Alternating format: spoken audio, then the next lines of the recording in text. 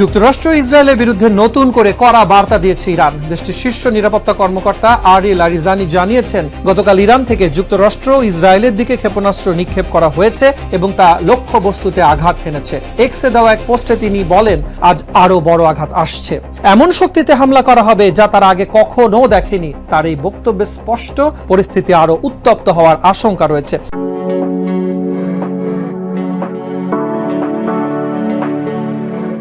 এদিকে পাল্টা সতর্কবার্তা দিয়েছেন মার্কিন প্রেসিডেন্ট ডোনাল্ড ট্রাম্প। সামাজিক যোগাযোগ মাধ্যমে ট্রাম্প লেখেন, ইরান দাবি করেছে তারা অতীতের যে কোনো সময়ের চেয়ে বেশি কঠোরভাবে আঘাত হানবে। তবে তিনি হুঁশিয়ার করে বলেন, ইরান যদি এমন পদক্ষেপ নেয় তাহলে যুক্তরাষ্ট্র এমন শক্তি প্রয়োগ করবে যা আগে কখনো দেখা যায়নি। দুই পক্ষের এমন পাল্টাপাল্টি হুমকিতে মধ্যপ্রাচ্য জুড়ে উত্তেজনা চরমে পৌঁছেছে।